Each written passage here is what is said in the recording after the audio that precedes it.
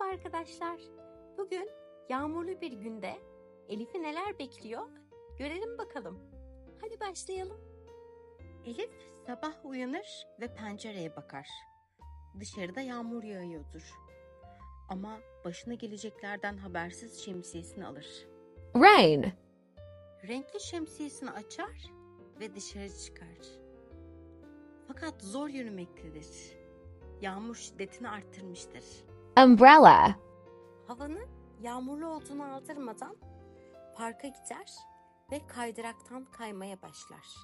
Ama nihayetinde düşer. Park. Slide. Yağmur dindiğinde hayvanat bahçesine gider. Karşısında ip atlayan bir fil, muz yiyip oynayan maymunları görür ve gülmeye başlar. Elephant. Monkey. Banana. Nihayet yoğun bir günden sonra eve gelir ve annesiyle birlikte kek yapar. Un ve yumurta karıştırılır. Cake. İzlediğiniz için teşekkür ederiz. Bir sonraki macerada karlı bir kış günü Elif'e neler bekliyor onları göreceğiz. Takipte kalın. Hoşça kalın.